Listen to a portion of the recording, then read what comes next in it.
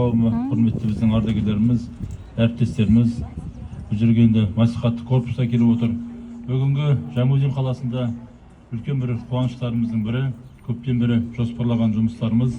Бүгін 7-ші орта мектептің 2-ші тоқсан сабақ басталуының алдында ашылу мерекесіне келіп тұрмыз. Жалпы енді осы жерде өзіме сабақ берген 2 апайымды көріп тұрмын 7-ші мектепте. Сондықтан енді осы апайларымның алдында осы 7-ші орта мектепке сіздермен бірге осы жерге, осы қуанышқа келуіме өте мен үшін үлкен бір мәртебе. Біздің енді жоспарымыз бойынша осы кішкентай біздің бүлдіршіндеріміз өздерінің бар мүмкіндіктерін осындай жақсы мектепке оқуға, заманауи оқуға, мектепте оқуға тиіс. Сондықтан біздің жоспарымыз бойынша биыл енді 3-ші мектеп, 18-ші мектептің жапсар жайы, бүгін мінекей 7-ші мектептің күрделі жөндеулері, нөмірі 24-ші мектептің осы асханалық корпустың жөндеу жұмыстары. Енді алдымызда әлі 5 мектебіміз бар осындай. Енді 6-ші мектептеріміз бар.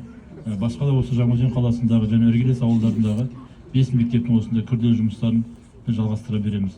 Осы салаға атсалысқан облыстық мәслихат депутаттарына, Жаңаөзен қалалық мәслихат депутаттарына, менің әріптестеріме үлкен рахметімді айтамын. Енді заманына қарай мынандай инфрақұрылым болмаса, біздің оқушылардың сапа сұрауымыз, ұстаздардан сапа сұрауымыз ол өте қиын нәрсе. Сондықтан біздің осы ұстаздарымыз осындай жақсы мектепте дәріс беріп, білімді ұрпақтар шығаруына Алла Тағала нәсіп етсін. Енді алдағы уақытта үлкен меже тұр. Жалпы Жаңаөзен қаласының білім сапасын дейтін біздің жоспарымыз әлі де көп. Биыл да өткен жылғы жоспарды біз жалғастырамыз. Алда үлкен меже тұр. Сол межеге бірге жетуге шақырамын. Бірге бастауға шақырамын. Енді ұстаздық еткен жалықпас үйретуге балаға демекші. Осы ұстаздарымыз өздерінің осыған дейінгі білімдерін біздің ұстаздарымыз кішкентай бүлдіршіндерге сарп етіп келе жатыр. Сондықтан алған беттеріңізден таймай, шаршамаңыздар. Осы ұрпақ үшін, болашақ үшін барлықтарымызға жауаптымыз, бірақ бірінші кезекте осы ұстаздарға көп нәрсе келіп тиіп жатады. Сондықтан осы ұстаздардың мәртебесі әрқашан биік болсын. Сіздерге деген құрметтеріміз ешқашан төмендемейді, аласармайды. Сондықтан алар асуларыңыз жоғары болсын.